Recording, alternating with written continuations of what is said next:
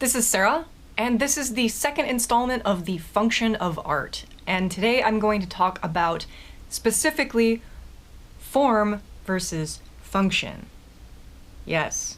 So if we consider all things that are specifically designed, and only things that were designed, they all fit onto this spectrum where at one end of the spectrum we have form and at the other end we have function. And all things that are designed well ideally fit somewhere in the middle part of this spectrum. So when I say things that are designed, there are a lot of things that fit into this category. Layouts in magazines, architecture, designed objects, tools, furniture. Now, something that is designed only taking its function into account might be something like an industrial machine. It looks exactly the way it needs to fulfill its specific purpose. The same thing goes for most functional tools. For example, that weird one found in the kitchen drawer that looks kind of like a person. You know, the wine bottle opener.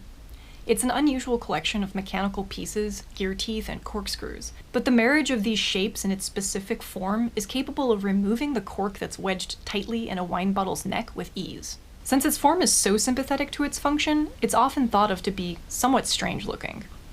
However, all other attempts to make a perhaps more sightly, compact, or sleek tool for the job haven't yielded anything more successful than the person-shaped cork remover. It sacrifices its appearance to function optimally, and that's okay, especially when it comes to industrial machines, or tools.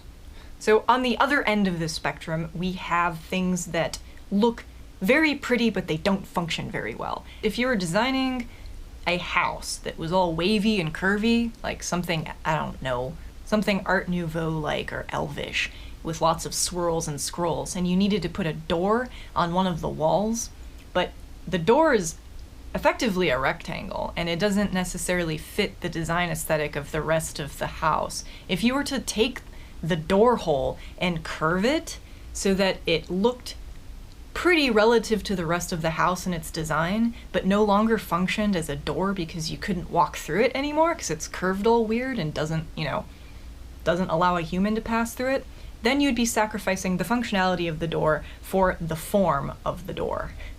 So where you might achieve having a more cohesive looking overall house in its style, you no longer have a functional house, and that's bad.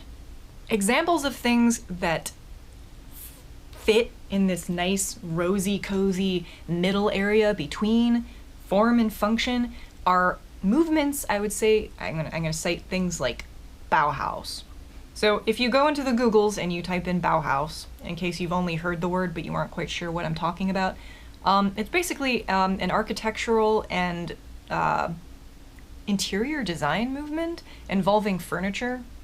The form of all of this furniture is aesthetically pleasing because it's incredibly sympathetic to its function. The functionality of the furniture dictates exactly how the furniture could potentially look due to its function, not in spite of it. And that's what makes it kind of the prize winner of the whole middle section of the form versus function negotiation. Balancing the equation between form and function is a thing that happens constantly throughout the creative process. In most cases with designed objects, this is the thing that designers struggle with most. Sometimes in the pursuit of making something look aesthetically pleasing or beautiful, you completely forget about the fact that it's supposed to function and you end up with something that looks very nice, but it ain't that useful.